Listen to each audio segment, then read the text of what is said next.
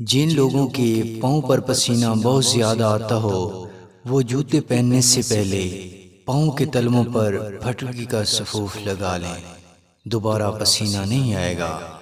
جو لوگ معدے کی تیزابیت کا شکار ہوں انہیں چاہیے کہ کھانا کھانے سے پہلے 3 آڑو کھا لیا کریں، معدے کی تیزابیت دور ہو جائے گی۔ اگر خونی بواسیر ہے تو چینی میں لیموں نچوڑ کر چاٹ لیں، خونی بواسیر سے آرام آ جائے گا۔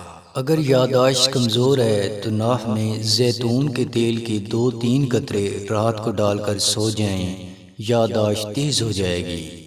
اگر ہاضمہ خراب ہونے کی شکایت ہے تو سابودانہ کو دودھ میں پکا کر صبح اور شام کو کھائیں، ہاضمہ ٹھیک ہو جائے گا۔ سردیوں میں اگر نزلہ اور کھانسی سے بچنا چاہتے ہو تو امرود کھائیں۔ اگر سینے میں درد رہتا ہے تو بطخ کا انڈا کھائیں۔